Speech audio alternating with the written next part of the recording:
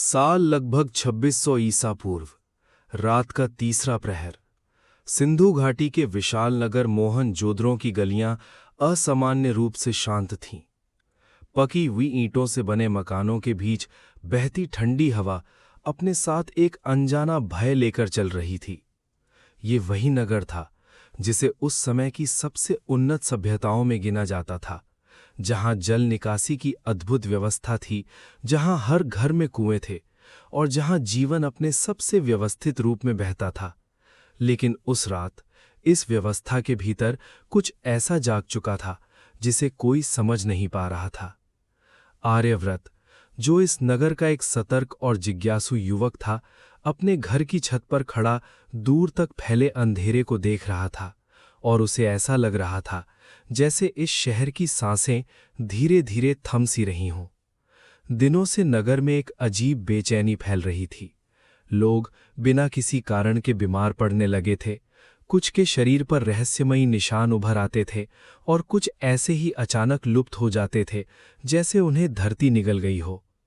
वैद्य सुषैण, जो अपने ज्ञान और अनुभव के लिए पूरे नगर में प्रसिद्ध थे, इन घटनाओं को समझने की हर संभव कोशिश कर रहे थे, लेकिन हर उत्तर के साथ एक नया प्रश्न खड़ा हो जाता था।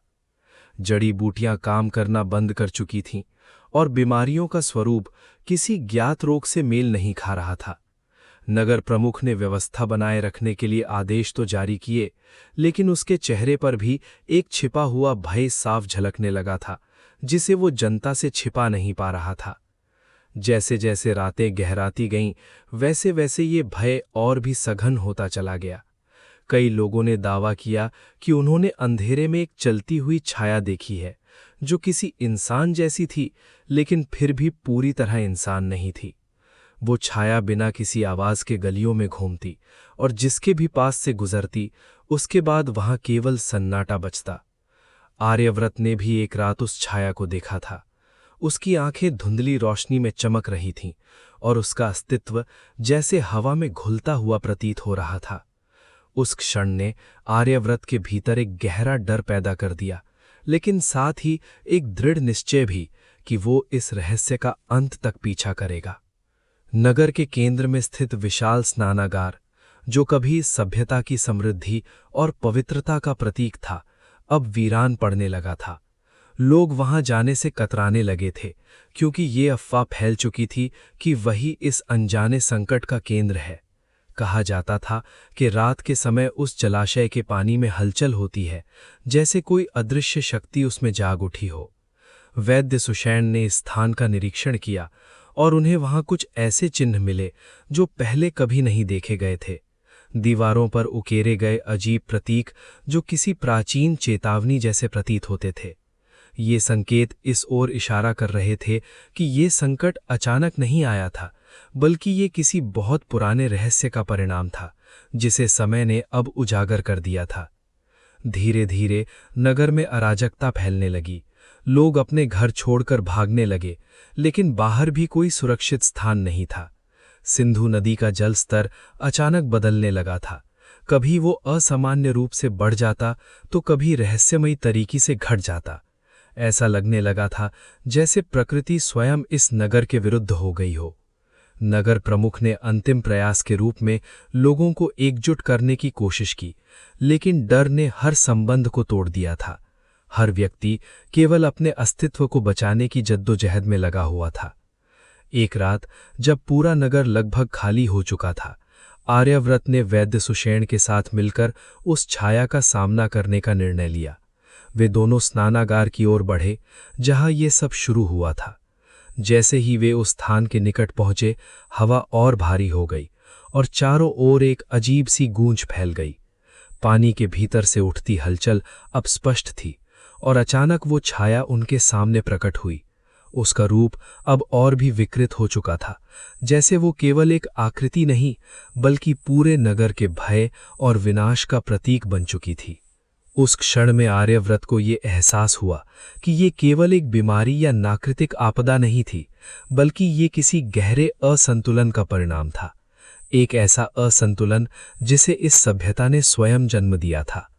जैसे ही वो छाया और करीब आई, सब कुछ धुंधला होने लगा। अगली सुबह जब सूरज उगा तो मोहनजोदड़ो की गलियां पूरी तरह खाली थीं। कोई शोर नहीं, कोई जीवन नहीं, केवल ईंटों के ढांचे और एक गहरा सन्नाटा जो इस बात की गवाही दे रहा था कि यहाँ कभी एक महान सभ्यता सांस लेती थी।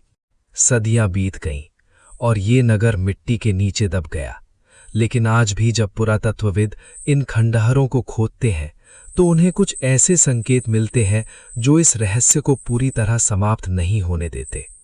मोहनजोदड़ो आज भी अपने भीतर इस अंधेरे राज को छुपाए बैठा है जो शायद कभी पूरी तरह उजागर नहीं हो पाएगा, और यही अनजाना भय इसे इतिहास की सबसे रहस्यमयी कहानियों में बदल देता है। 17 जुलाई 1922 दोपहर 3:45। सिंधु नदी के किनारे फैली तपती जमीन, जहां वर्षों से दबा हुआ इतिहास पहली बार सांस लेने वाला था। मिट्टी की मोटी परतों के नीचे छिपी ईंटों को जब सावधानी से हटाया गया तो एक ऐसा नगर धीरे धीरे सामने आने लगा जो हजारों साल पहले अचानक लापता हो गया था। ये वही स्थान था, मोहनजोदड़ो, जहां हर दीवार, हर गली, हर संरचना अपने भीतर किसी अनकहे रहस्य को दबाए बैठी थी। जैसे जैसे खुदाई आगे बढ़ी वैसे वैसे अजीब संकेत सामने आने लगे। कुछ कंकाल ऐसे मिले जो सामान्य मृत्यु की कहानी नहीं बताते थे। उनके शरीर की स्थिति मानो अंतिम क्षणों में किसी अदृश्य भय से जकड़े हुए थे। उनकी आंखों के स्थान खाली थे, लेकिन उनकी मुद्रा में जो तनाव था वो स्पष्ट संकेत दे रहा था कि मृत्यु से पहले उन्होंने कुछ ऐसा देखा था जिसे शब्दों में बांध पाना असंभव था। कुछ कंकाल एक दूसरे के बेहद पास पाए गए, जैसे अंतिम समय में उन्होंने एक दूसरे को थामने की कोशिश की हो, लेकिन वहां कोई संघर्ष के निशान नहीं थे, कोई युद्ध के प्रमाण नहीं थे। सब कुछ अचानक हुआ था, इतना अचानक कि लोग अपने घरों से बाहर तक नहीं निकल पाए। और फिर वही चिन्ह, वही अजीब प्रतीक जो हजारों साल पहले स्नानागार की दीवारों पर उकेरे गए थे, अब फिर से सामने आने लगे। इस बार वे केवल पत्थरों पर नहीं बल्कि कुछ कंकालों के पास भी पाए गए, जैसे किसी अनजानी शक्ति ने अपनी उपस्थिति दर्ज कराई हो। जितना अधिक इस शहर को समझने की कोशिश की गई, उतना ही ये और उलझता चला गया। वैज्ञानिकों ने इसे प्राकृतिक आपदा कहा, कुछ ने इसे महामारी का परिणाम बताया, लेकिन हर सिद्धांत के बीच एक खामोश खाली जगह थी, एक ऐसा सवाल जिसका कोई जवाब नहीं था। रात के समय जब खुदाई का काम रुक जाता और पूरा क्षेत्र शांत हो जाता, तब कुछ लोगों ने दावा किया कि उन्होंने उन खंडहरों के बीच अजीब हलचल महसूस की है। हल्की सी गूंज, धीमी सी सरसराहट, जैसे कोई अब भी वहां मौजूद हो। कभी कभी दूर से देखने पर ऐसा लगता था जैसे टूटी हुई दीवारों के बीच कोई छाया धीरे धीरे सरक रही हो। कोई स्पष्ट आकार नहीं, कोई ठोस रूप नहीं, लेकिन उसकी मौजूदगी को नजरअंदाज करना भी असंभव था। और फिर वही एहसास, वही भारीपन जो हजारों साल पहले उस नगर पर छा गया था। मानो समय ने उस डर को मिटाया नहीं बल्कि केवल दबा दिया हो, ताकि एक दिन वो फिर से सतह पर आ सके। कुछ पुरातत्वविदों ने बाद में उस क्षेत्र में काम करना बंद कर दिया। कारण स्पष्ट नहीं था, लेकिन उनके चेहरे पर जो खामोश डर था वो बहुत कुछ कह जाता था। उन्होंने कुछ ऐसा महसूस किया था जिसे वे समझ नहीं पाए और शायद समझना भी नहीं चाहते थे। मोहनजोदड़ो अब केवल एक पुरातात्विक स्थल नहीं रह गया था, ये एक चेतावनी बन चुका था, एक ऐसा संकेत जो ये बताता है कि हर सभ्यता केवल पत्थरों और ईंटों से नहीं बनती। कुछ चीजें ऐसी होती हैं जो समय से भी पुरानी होती हैं, और जब वे जागती हैं तो पूरा इतिहास बदल जाता है। आज भी जब सूरज ढलता है और उन खंडहरों पर अंधेरा छाने लगता है, तो हवा में एक अजीब सी खामोशी घुल जाती है। ये खामोशी सामान्य नहीं होती, ये किसी उपस्थिति का संकेत देती है। और शायद यही वो कारण है कि मोहनजोदड़ो आज भी केवल एक खोई हुई सभ्यता नहीं, बल्कि एक जीवित रहस्य बना हुआ है। एक ऐसा रहस्य जो हर उस व्यक्ति को अपनी ओर खींचता है जो सच को जानने की कोशिश करता है। लेकिन कुछ सच ऐसे होते हैं जिन्हें जान लेना ही सबसे बड़ा खतरा बन जाता है।